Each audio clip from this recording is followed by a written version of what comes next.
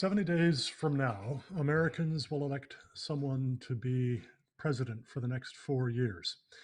The very next day, nearly 3.5 years after President Donald Trump announced that we would leave the infamous Paris Climate Agreement, we will finally be liberated from it. Millions of Americans should breathe a sigh of relief that day, but they shouldn't become complacent. Democratic presidential candidate Joe Biden has promised to put us back into the Paris Agreement if he wins the election. And even if President Trump is reelected, America will remain vulnerable to exploitation in the name of climate change.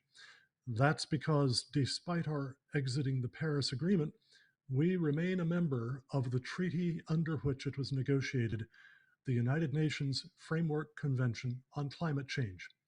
As long as we remain in that treaty, we remain hostage to climate alarmists in the UN and over 150 nations that believe we owe them reparations for global warming driven by our use of fossil fuels to lift ourselves out of poverty and into prosperity. Tonight on From the Stacks, Donn Dears joins us to discuss his book, Clexit for a Brighter Future, the case for withdrawing from United Nations Climate Treaties. Stay with us and learn what you need to tell your elected representatives to protect yourself and your neighbors from the dangerous Framework Convention on Climate Change.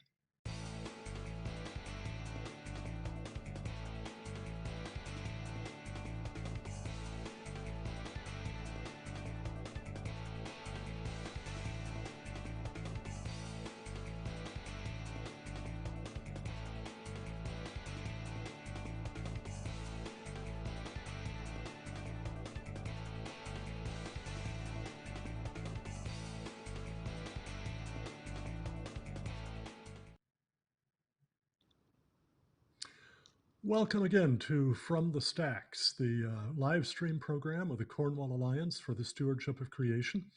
I'm Cal Beisner, the founder and national spokesman of the Cornwall Alliance. Megan Kennard, our Director of Operations and Communications, is not able to join us tonight, as she usually does, but we're going to have, I'm sure, a great program despite her absence.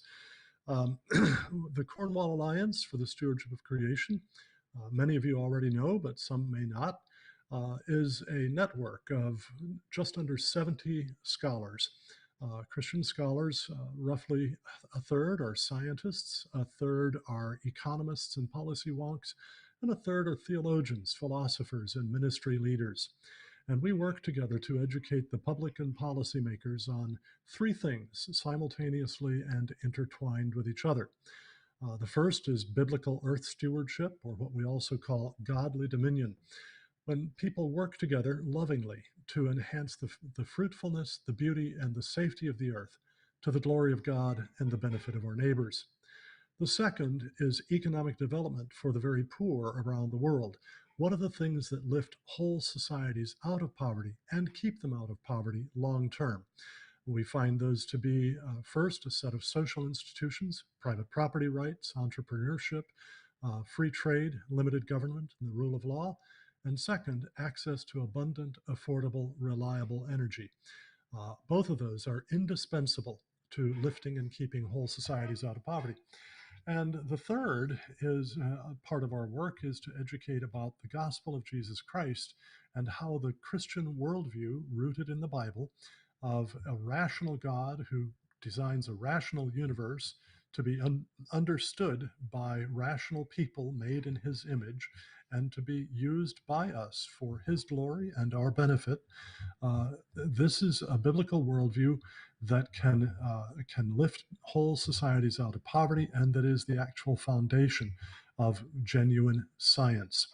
So this is our mission, and we welcome you to join us tonight as we pursue a part of that with our friend Donn Dears, author of the book Clexit for a Brighter Future, the case for withdrawing from United Nations Climate Treaties.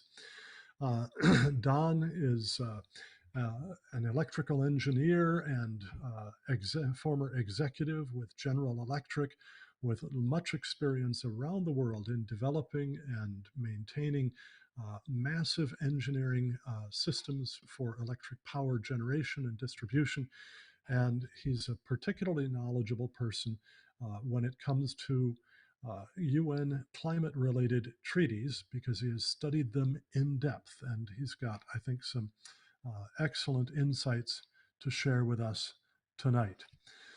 Uh, just one other thought before I bring Donn on with us. Some folks have asked, why do you call your program From the Stacks? Well, librarians call bookcases stacks. And roughly 3 rooms of my home are filled with bookcases like the ones you see behind me right now. And so books are an enormous part of my life. One person once suggested, shortly before I made a major move from Florida to Tennessee, that I ought to get rid of a lot of my books. And I responded, oh, I don't think you really understand. Uh, most of my best friends have been dead for 3 or 4 or 5 centuries, but I commune with them often between the covers of the books they've written. So a library, a very large library here in my home, is an important thing to me. So that's why we came up with the name From the Stacks for our program. Now, tonight we'll talk about why and how the United States should Clexit. That is, get out of the United Nations Framework Convention on Climate Change, just as the United Kingdom has Brexited the European Union, reasserting its independence and the key principle of a free people, that government must be by the consent of the governed. So also the people of America must rise up and Clexit, liberate ourselves from foreign governments' rule over our choices of energy to drive the economy that makes us the greatest nation in the world. Donn Dears has explained in his book, Clexit for a Brighter Future, the case for withdrawing from United Nations Climate Treaties, why the Framework Convention on Climate Change is a serious threat to America's self-government, that is, our freedom, as well as to our prosperity. Donn, as I mentioned, is a retired executive with General Electric, where he specialized in power generation. His work gave him extensive experience in Europe, the Mideast, Southeast Asia, and elsewhere. And Donn blogs, writes articles, speaks on the issues of climate change and the vital need for low-cost, reliable electricity. After you've heard tonight's program, you'll want to read his book, and we'd like to send you a free copy of it as our thanks for a 100% tax-deductible donation of any amount. All you have to do to ask for that is to go to cornwallalliance.org, click on the donate button, make a donation of literally any size, doesn't matter how small, and as our way of saying thanks, we will send you a copy of this. Just simply write Clexit and promo code 2008. That's Clexit and promo code 2008 in the comments field of the donation page. Now, Donn, thank you so much for joining us on From the Stacks. I've admired your work for years. We first met back in 2017 at a Heartland Institute conference, but I had been reading much of your work for years before that.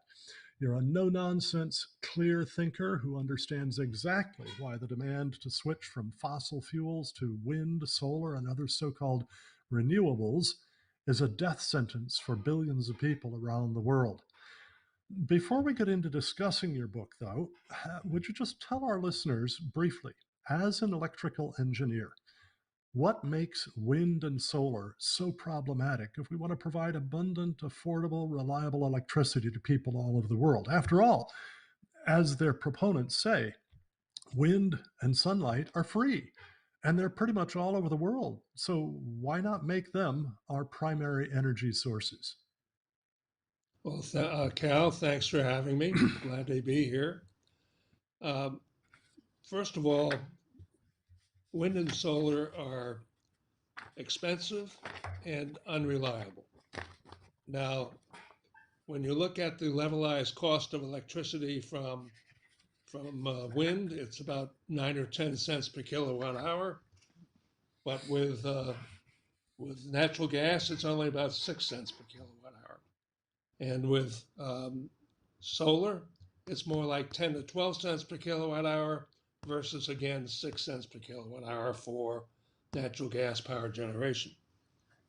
Real quickly Another before you go example, on, yeah, Don, for a second, explain for our listeners what you mean by levelized cost. I think that's probably not a concept that an awful lot of people run into. that's a good question. Levelized cost of electricity is one way of evaluating the comparison between two different methods or three different methods for generating electricity. And what they do is you take the cost of the investment, the cost of the fuel, cost of maintenance, and so forth, and spread it out over the lifetime of the equipment. And that gives you a cost for the electricity over that period of time. And as I Okay. mentioned, the levelized cost of electricity from natural gas combined cycle power plants is about 6 cents per kilowatt hour, which is about as good as you're going to get these days. I don't know if that explains it, but that's basically Okay. what LCOE is. Okay. All right. Uh, I don't know. Does that answer your question? Yeah. Well, you're talking about levelized cost, and again, the proponents of wind and solar will say, "Hey, look, the wind is free, the sunlight is free. How come it costs more? Why should it Well, let's cost say more?" you've got to build the equipment first of all, and there's cost $2 million to put up one wind turbine uh, per megawatt. Then you have to maintain it, and not only that, in the case of wind, it only generates electricity 30% of the time. So Hmm. it produces a very small amount of electricity against the investment. So it costs money to generate that electricity, and it costs about 9 or 10 cents per kilowatt hour to do it when you rank in all the costs. Now the wind turbine only lasts for about 20 years, whereas a gas turbine combined cycle plant lasts for 40 to 60 years. So you have a big Hmm. disparity between how often you have to replace the wind turbine with how long the natural gas power plant remains in operation. So that's a factor also. Now, the other Okay. thing I ought to mention is the reliability. Both wind and solar are basically unreliable. Um, for example, we right now California is having blackouts, rolling blackouts, and the reason for that is that, well, first of all, they say it's because of the high temperatures, the heat wave. But every utility and every independent system operator knows what its prior peak demand level was. And every utility and every independent system operator should have a reserve of 10 to 15% over that last demand so that Hmm. if the heat wave comes unexpectedly and more demand than the last time is required, that capacity is available to produce the needed extra electricity.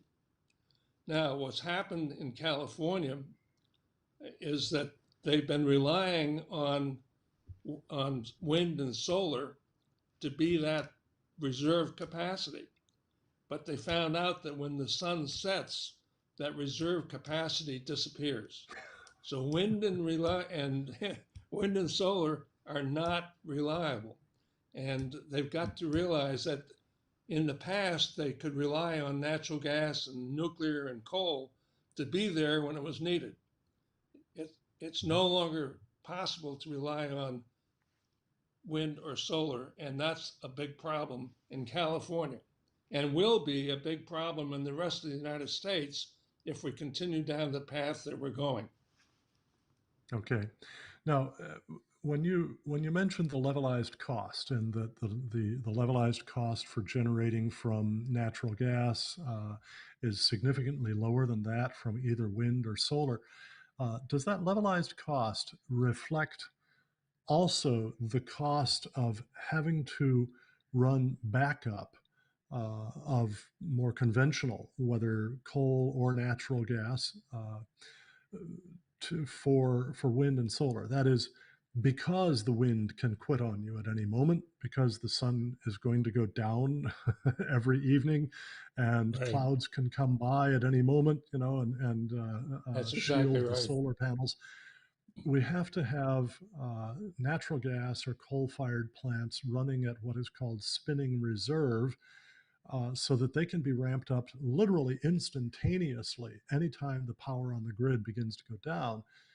Does the levelized cost include that, or is that in addition to the levelized cost? That's an addition. And the levelized cost of electricity is just relates to the power plant and what it costs to run it and what it costs to build it over the life of the Yeah. plant. Okay. Okay. But that's So one the of the problems, situation is actually. though. That's one of the problems Go with ahead. wind and solar is that Yeah. they need that backup. And if they're going to use wind and solar, they need storage. And storage is extremely expensive.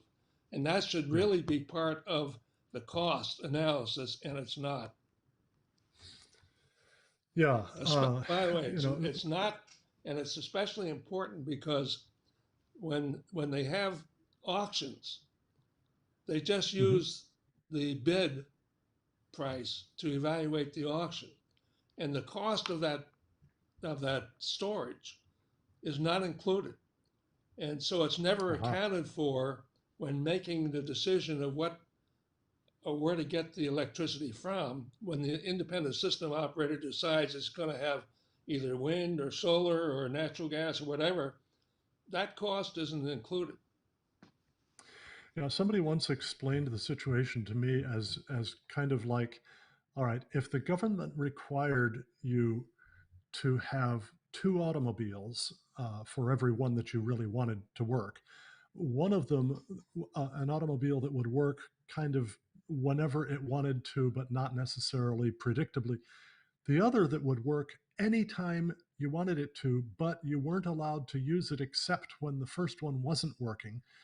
What you're really being required to do is to pay for two cars instead of just one, and one just sits there idle most of the time. And and now I guess from what you've told us about the bidding, we could even expand on that analogy a little bit and say, and the seller of the first car to you, uh, when he's bidding against the seller of another car, doesn't have to include in his selling price the price of the backup car that you are required by law to get.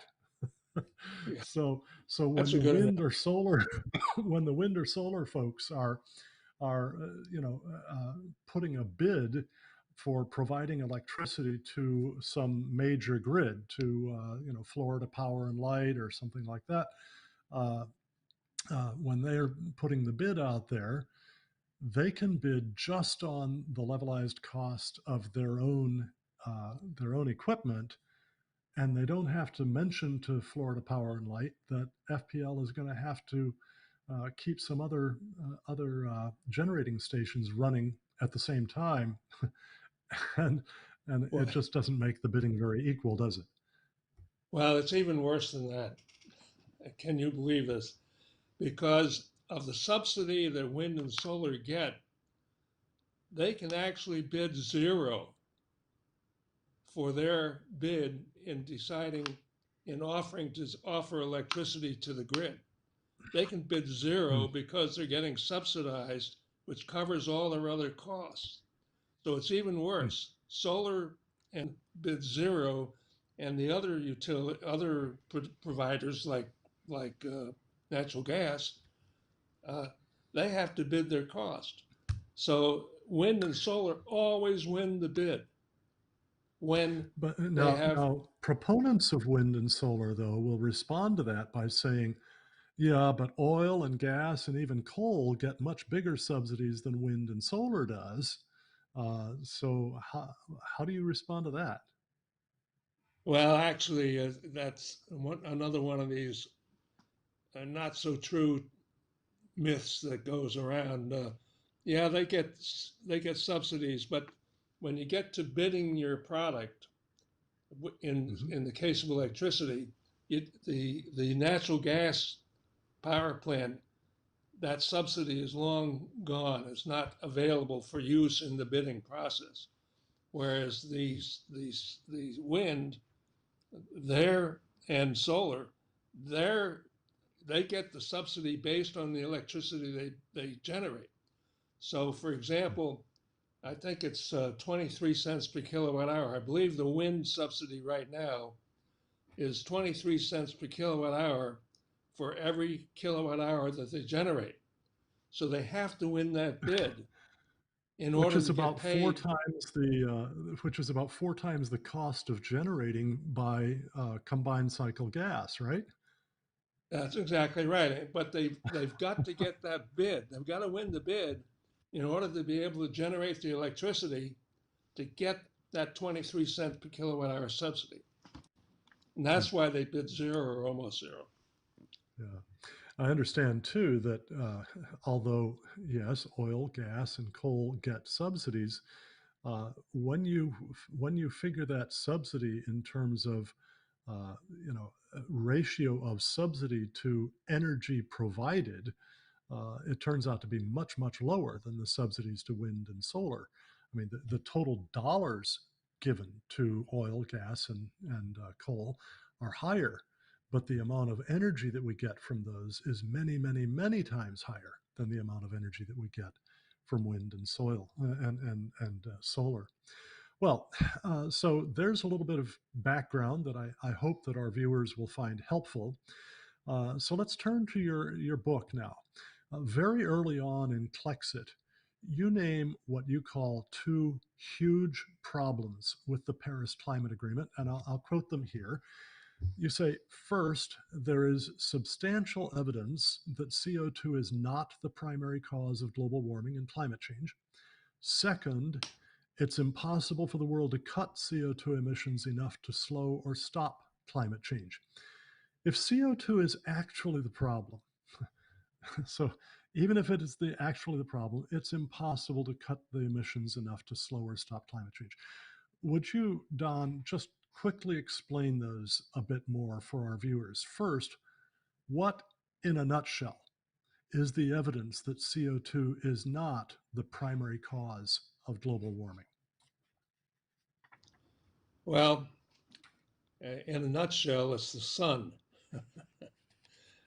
We go back to the last 10,000 years, which is basically since the last glacial period. And over those 10,000 years, there's been several periods of time that the Earth has been warmer than it is today. And that's well documented, and just about everybody agrees with.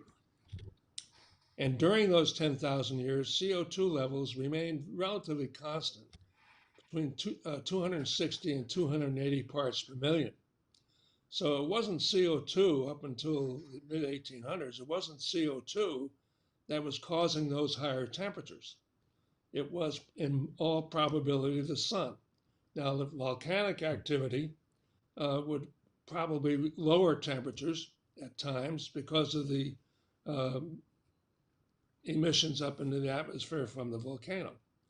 So basically, over the last 10,000 years, up until the middle 1800s, it was the sun that was causing the higher temperatures. Well, the sun just didn't stop acting um, in the middle of 1800s when we started to use fossil fuels. The sun continues to affect our temperatures.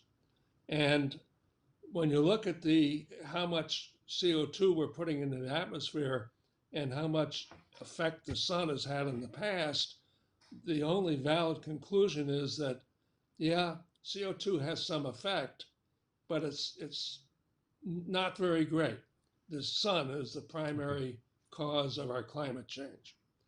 And Okay. I think when you look at it from that perspective, you realize that, yeah, CO2 is going to be a problem, but not a big problem. Okay.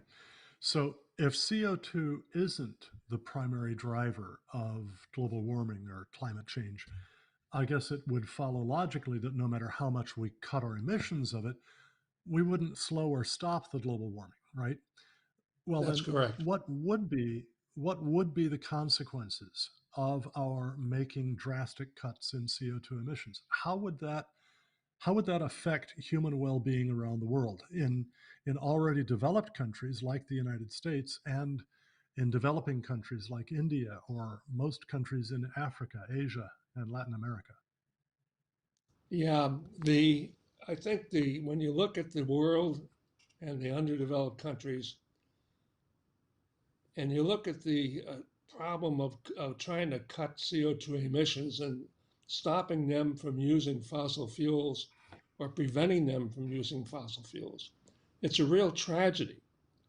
The people, if you look at a satellite image of Africa at night, I mean, Mm, it's a black image except for very few small areas where there's some lights.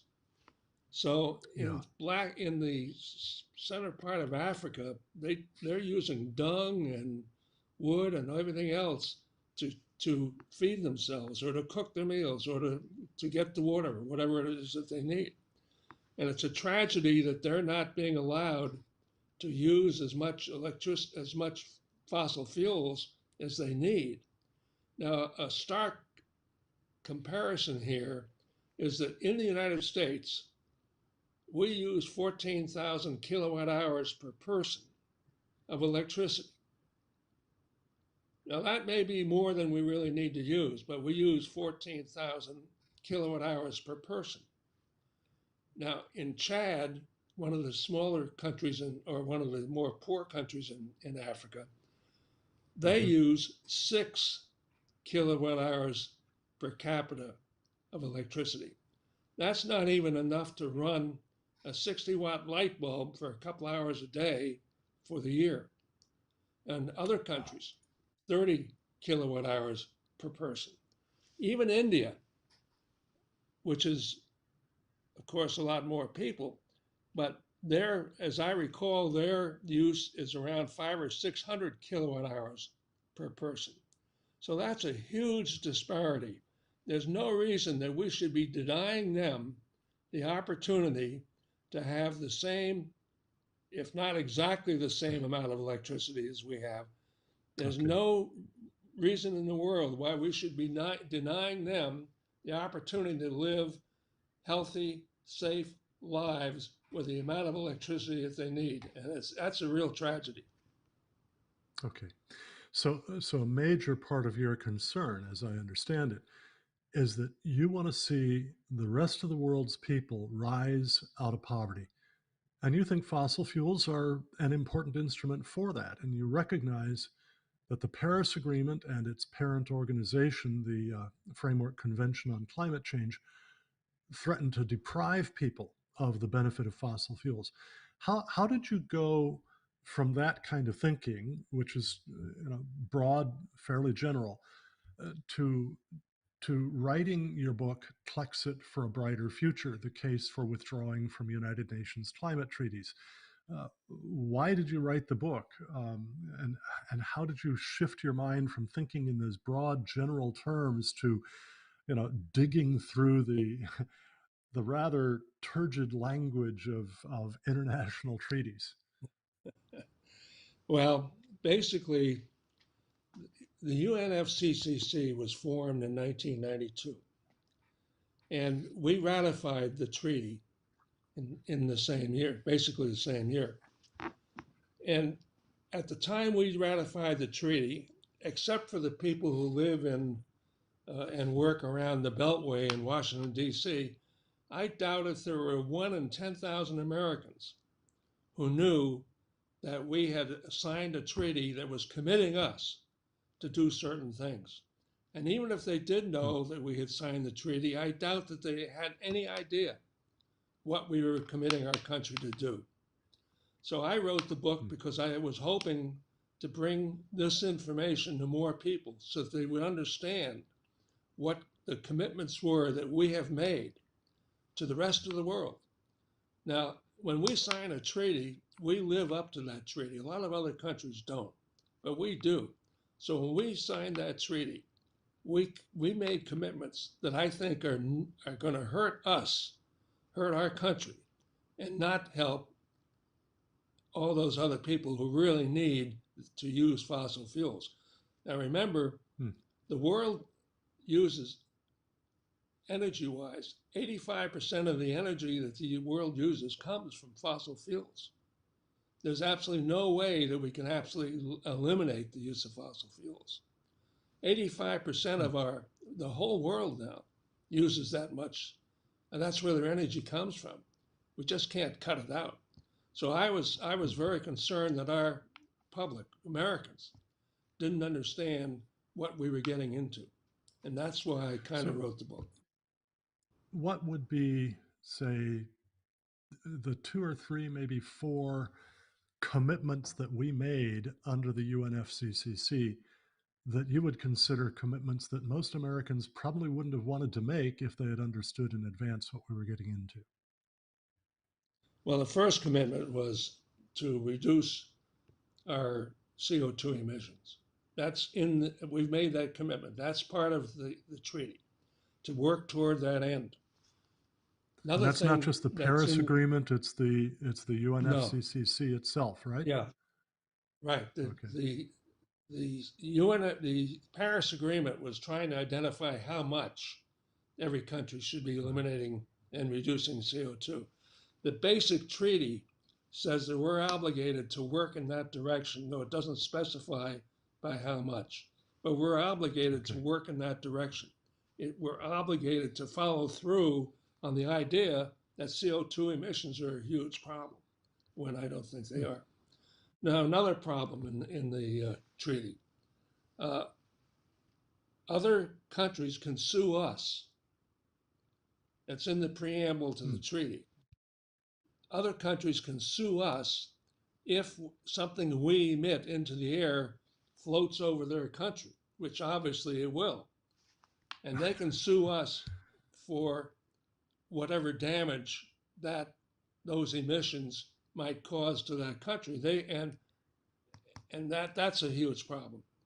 Another commitment that we've made is we've committed to give money, a lot of money. I mean, I think at one point we gave $500 million, committed to give $500 million.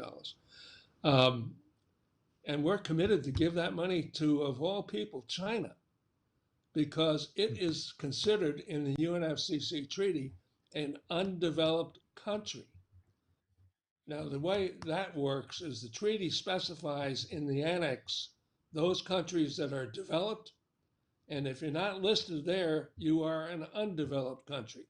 China is not listed as an annexed country, therefore it's considered an undeveloped country, and the money that we give to any fund, the Green Fund, which has been established by the UNFCCC, any money that we give to that fund could go to China. I mean, that's ridiculous. China is really a developed country. It's come a long way. Well, that's another problem with this thing. So, China I was thinking, the I've second forgotten about largest it, but economy in the world. technology transfer. We're committed to giving technology to undeveloped countries for helping reduce CO2 or emissions, greenhouse gas emissions. Okay. And there are several other items in the book that I specifically point out. In fact, in chapter 5, I'm probably taking too long here, but in chapter 5, I list about a dozen items that I think are serious problems in the treaty and that are harmful to the United States. And then I take those dozen items and in the treaty itself, because I published the entire treaty, so anybody who has the Clexit book can read the real treaty and see what it says. And I highlight in the treaty itself those dozen or so items that I think are really serious problems for the United States and for Americans. Yeah. I try to make it easy. We're going to come back to some of those specific points in a little while. But in Clexit, Donn, you wrote, quoting here, "If we can't slow or stop climate change, our time and energy and tax dollars would be better spent finding ways to adjust to it." Now, what you're alluding to there is the choice between mitigating climate change and adapting to it. Would you just build on that a bit more for our viewers? What's the difference between mitigation and adaptation when it comes to climate change? And why is it that as I read your book, it seems to me that you think adapting is far and away preferable to mitigating, and that trying to mitigate global warming will actually reduce our ability to adapt to it, make us worse off instead of better off? Yeah, right. Basically, mitigating is to cut CO2 emissions, which means stopping the use of fossil fuels. Adapting, I think we're in a much better position. We don't know whether it's going to be colder or whether we're going to win another ice age or whether we're going to have higher temperatures. So I think we're better off adapting. And to adapt, the stronger our economy is, the better position we are to adapt to whatever Mother Nature sends our way. So by using fossil fuels and taking the greatest advantage of the energy sources that we have, that improves our economy and that makes it easier for us to adapt. And I think that's the smart Okay. thing to do rather than to cut our use of energy, which makes it harder for us to adapt. Because Mother Nature is going to throw us some curveballs, and the stronger we are, the better off we're going to be in taking care of those curveballs. Yeah. As I like to put it to people sometimes, the wealthier you are, the better you can respond to whatever challenge comes down the road. Uh, Right. and since the use of fossil fuels enables us to generate wealth faster than without the use of fossil fuels, if we cut back on their use, we cut back on the wealth of future generations, and therefore we cut back on their ability to adapt, not just to warmer or cooler temperatures, but to all kinds of things, whether it's new diseases that might come about through mutation of viruses or bacteria, or to famines, to droughts, to floods, to whatever else, uh, anything. The wealthier you are, frankly, the better you can adapt, the better you can protect yourself from harm from any of those things.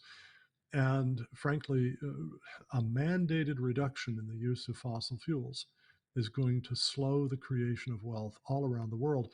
And, frankly, Donn, if it were only about Americans that we were talking here, I probably wouldn't even be involved in this discussion because, frankly, I think basically it would require a minor adjustment at the margins of our luxury by comparison with the rest of the world.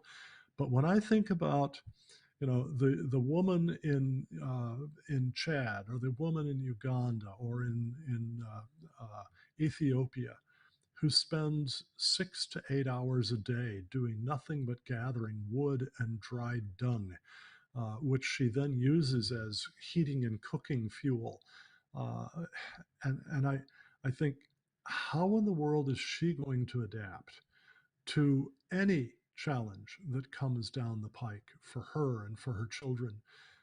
I think to myself, she could have the world's dirtiest coal fired electric generating plant right next door, and she'd be better off than she is now burning wood and dried dung inside her hut and breathing the smoke from that stuff. And of course, she doesn't have to have the world's dirtiest coal fired electric generating plant. She can have a much cleaner one if the Western nations would stop their agenda of preventing the spread of the use of fossil fuels.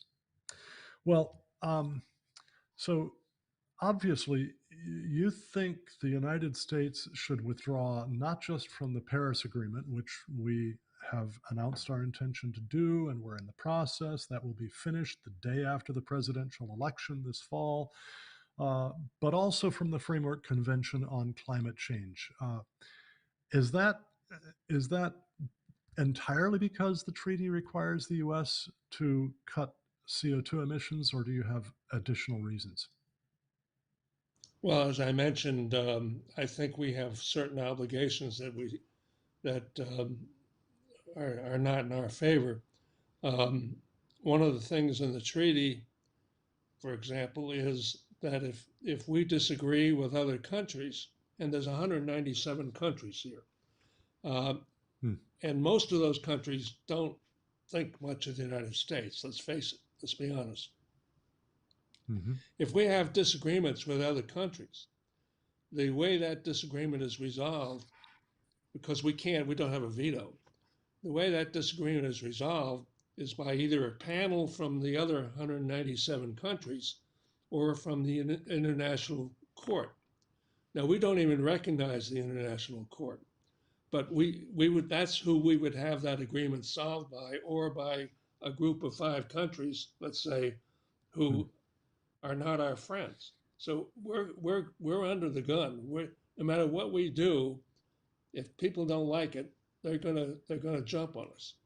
And a good Okay. example of this is that at the COP meeting, by the way, the Council of the Parties is at the annual meeting of about 10,000 people from these 197 countries that meet every year under the United Nations Framework Convention Climate Change. At the 2008, I think it was 2008 meeting in Bali, the United States didn't want to agree to something. And we were booed. Our representatives were booed by the other 197 countries. So that kind of gives you an idea of where we fit Yeah. in this environmental uh, maelstrom that we have under the UNFCCC. The odds are stacked against us if there's any disagreement. And that's not fair. Yeah. That's not fair to us. That's not fair to Americans. So Yeah. that's another problem. You mentioned that the UNFCCC requires the United States to contribute to a green fund. I think Right. the target amount for that fund is $100 billion per year, contributed not only by the Correct. United States, but also by other Annex 1 countries, the so called developed Right. countries of the world. Um, well, you know, what's wrong with that? We are, after all, a wealthier nation.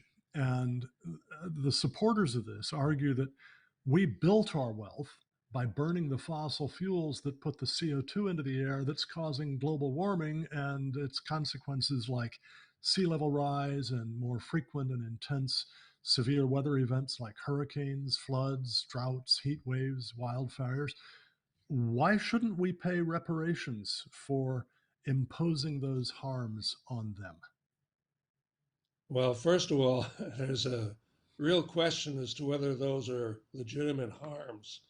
I mean, the sea level rise and some of the other things, more hurricanes, more tornadoes, a lot of that is pure nonsense. It's fear mongering on the part of the people who are for cutting CO2 emissions. So I much prefer. I don't think we should pay reparations to anybody. I would much rather help other countries improve their uh, well-being and improve their use of fossil fuels. I'd much rather help other countries get to be richer. And as you said yourself, the richer they are, the better off they'll be in fending off any other new problems. So I'd much rather, if we're going to do anything, I would much rather spend our time and money trying to help them use the energy that's at their disposal. Yeah, and in fact, the statistical evidence shows pretty clearly that severe weather events have not become more frequent or more intense during the period of alleged man-made global warming. And of course, when the supporters of the UNFCCC and the Paris Agreement talk about this, they focus only on the alleged harms, but they don't think at all in terms of all the benefits that have come to developing countries because the United States and Great Britain and Germany and France and all the other Annex 1 countries, all the developed countries in the world have used fossil fuels to build their own economies, which have enabled them to contribute to the economic development of the developing world. So, you know, if we're going to talk about harms, maybe we ought to talk a little bit about benefits as well. And if we're going to pay reparations, maybe they should be paying us something for the benefits.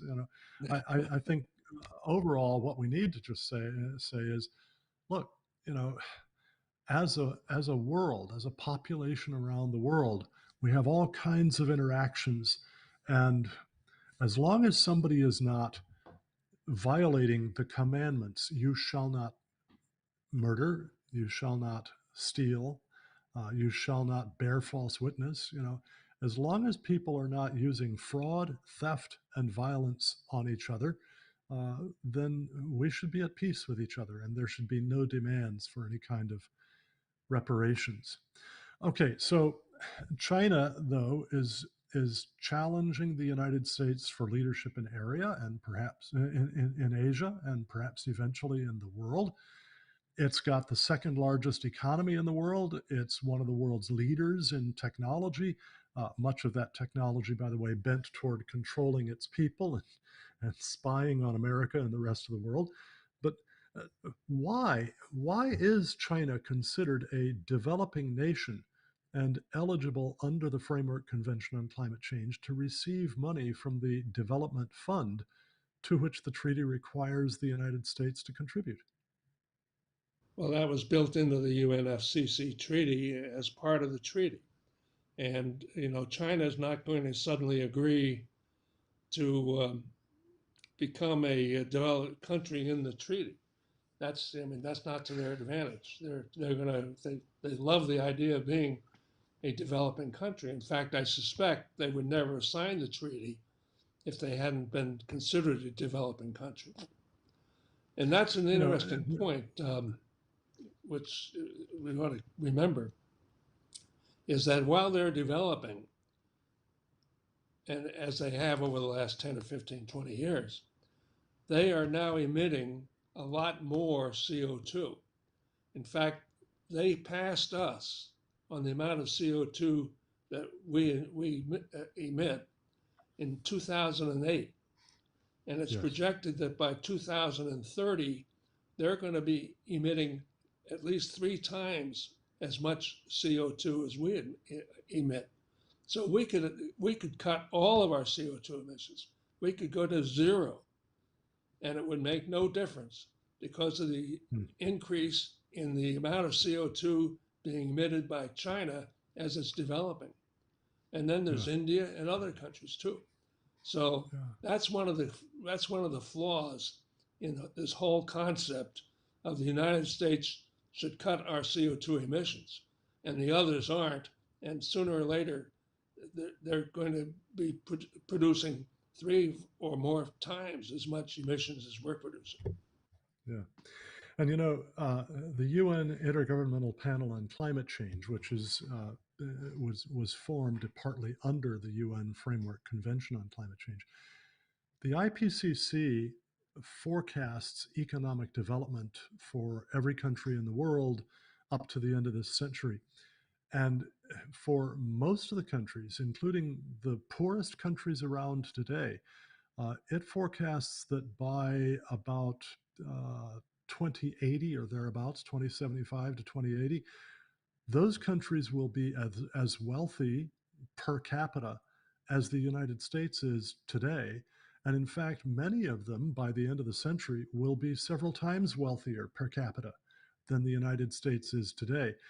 And so I find it almost unfathomable, if they were being honest, that the authors of this treaty did not write into the treaty something indicating a level of economic development at which a country would go from a potential recipient of aid through the development fund to a potential contributor to that fund instead.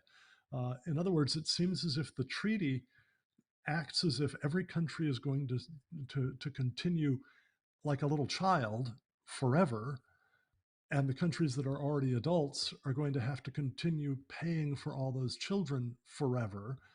Whereas, in Yeah. fact, children grow up, you know. So one wonders how the Americans negotiating there at at Rio de Janeiro in 1992, when the UNFCCC was negotiated and adopted, how could the Americans have been so blind and so stupid as not to say, hey, wait a minute, no, no, no, we have to have something in here that says when you reach such and such a level in constant dollars of per capita income, you become an Annex 1 country. You no longer are a recipient country. And that, I guess that's just one of the things that makes me think that the folks who put this together really had very different goals in mind from simply trying to control climate. They really had a goal in mind of a forced redistribution of wealth from some countries to other countries, and basically from us. So, well, you also mentioned that under the Framework Convention, other countries can sue the United States if our emissions are carried by the wind to their airspace, which of course is inevitably going to be the case, especially with carbon Right. dioxide, which as a gas flows around the Goes world everywhere. totally freely. Um, so you can you just explain a little bit more how such cases would be adjudicated, and what are the odds that the United States would get a fair shake, or do you think you've already addressed that sufficiently in your earlier comments? Well, I think I addressed partly, but um, the when they sue us, they would sue us in the international court, and the international court is not our friend and hasn't been our friend, and so I don't think we would get a fair shake at all. In fact, we don't even recognize the court, so I don't know really what would happen, but they could sue us, and whether we would ignore it or not is something else again. But it would certainly be uh, an unpleasant situation. Okay. All right. Now, you also mentioned that the UNFCCC requires the United States to give uh, to to to do technology transfer, to transfer technology for emission abatement and for other purposes of adaptation to climate change to developing nations. Technology that would allegedly help them to leapfrog over the fossil fuel stage of energy generation and go straight to wind, solar, and other so-called renewables. From the perspective of both an engineer and an executive of a private company that has made lots of technological developments costing a lot of money, what's wrong with technology transfer? I mean, don't technological advances eventually spread around the world anyway? Why not speed up the process by requiring some of it? Well, I think I like the idea of technology transfer, but I don't think it should necessarily be free. Um, one of the great things that GE did is we developed power generation equipment around the world, and that was technology transfer because we would help the country where we were operating to develop their own capabilities in terms of building equipment. So that was a technology transfer. It was a two-way street. Obviously, we made money in the process, but they benefited also. So that's a, a where a free market economy actually helps developing countries develop, and it works very well. And I think that's what we should be doing rather than just giving stuff away. Okay. Yeah, one of the arguments for patents is that if you protect a patent for some period of time, you give the inventor the opportunity to make a profit off of his invention. If you Right. don't protect that, if you allow other people to just immediately begin duplicating what he's done, then you take away that profit opportunity. And when you do that, you reduce the incentive for people to go to the expense, for people and corporations like General Electric, where you used to be an executive, to go to the expense of adopting the new, of developing the new technologies. And what we have learned, I think, very clearly from economic history is that the development of new technologies has been absolutely essential to lifting and keeping whole societies out of poverty. And so if we reduce the incentive to develop new technology, we're going to, again, slow economic development around the world. That I think is just something that we don't want to do. Well, we're coming fairly near the end of our discussion. I'm curious. Oh my goodness. Do you do you We do you have. have are you aware? Would you be able to name anything that you would call maybe the one or two best arguments for staying in the framework convention of climate change, and how would you respond to them? I mean, undoubtedly you've run into people who disagree with you about this. What do they say? Well, my reaction to this is that the treaty is fatally flawed. I mean, trying to do away with energy use and the development of fossil fuels, I think that's a fatal flaw. So I don't think there's really anything that's beneficial about the treaty. I wouldn't argue in favor of it under any circumstances at this point. Okay, all right. Oh, and by the way, Well, you're right. The head of the um, UNFCC for Greenwich, when she became executive director of the UNFCC, she said that the UNFCC was there to change the way the world does business. In other words, her view was we should be getting rid of capitalism and using something else. So I think you're 100% right. yes, There was more to this treaty than meets the eye. yeah, okay, all right. Okay. Hey, just to go back to our viewers here for a minute, remember you can receive a free copy of Donn Dears' wonderful book, Clexit for a Brighter Future, as our gift to thank you for a 100% tax deductible donation of any size. All you need to do is go to cornwallalliance.org. That's cornwallalliance.org. Click on the donate button, make your online donation of literally any size, and in the comments field, request Clexit and mention promo code 2008. That's promo code 2008, and the book's title is Clexit. We'll gladly send this great book to you for free. And as I said, 100% of your donation will be tax deductible. Well, Donn, are there some closing words you'd like to say to our audience? In particular, what can they do as individuals to help get the United States out of the Framework Convention on Climate Change? And frankly, why should they take the time to do it? Well, it's fairly simple, I think. First of all, this election coming up, if Trump gets reelected, that's the only opportunity we're going to have to exit the climate treaty, UNFCC treaty. So that's one thing that we can do is to make sure President Trump gets reelected. The other thing we can do is to write to our congressmen and our senators and so forth and point out to them how this treaty is not good for the United States and why we should exit. And it's easy to exit. All we have to do is write a letter to the UNFCC, and 1 year later, just like with the Paris Accord, 1 year later, we're out of the treaty. Hmm. Okay. So they should be writing to their members of Congress and in the House and the Senate. They should write to the White House and express their desire to get the U.S. out of the UN Framework Convention on Climate Change. That's what you think that they can do, right?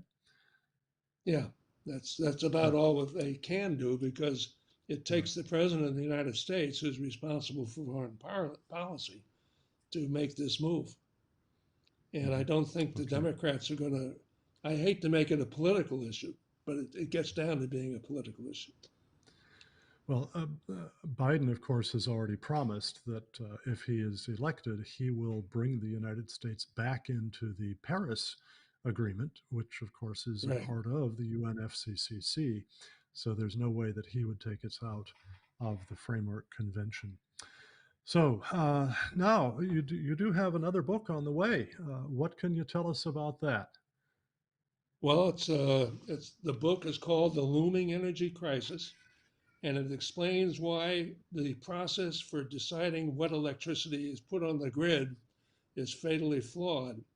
It explains why the auctions are rigged and uh, and why our efforts to cut CO2 emissions, because just about, I don't know how many utilities, but a lot of utilities in a lot of states have made commitments to say that we're going to be zero CO2 by the year 2050. And that's going to be a disaster. And we're going to have more blackouts just like California is having now. Hmm. And it's going to be even worse. And this book explains the entire process and how it's working and why we need to change the process that's happening right now. Okay. And that's the book, Well, The Don, Looming Energy, excuse me, The Looming great. Energy Crisis. Great.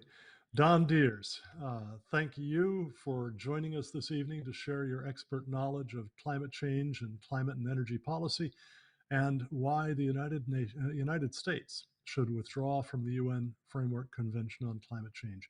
It's been a pleasure talking with you. We look forward to doing it again when your new book becomes available so we can discuss that one as well. Friends, join us again next week for From the Stacks. And don't forget, you can view past episodes of From the Stacks programs anytime under the videos link at Cornwall Alliance's Facebook page or at the Cornwall Alliance for the Stewardship of Creation's channel on YouTube, where we also have more than 50 other videos on environmental stewardship, climate change, energy policy, and economic development for the poor. Thanks again for joining us. Visit us at cornwallalliance.org. Visit our online shop there where you can order many different books and videos. And see you next week again for From the Stacks.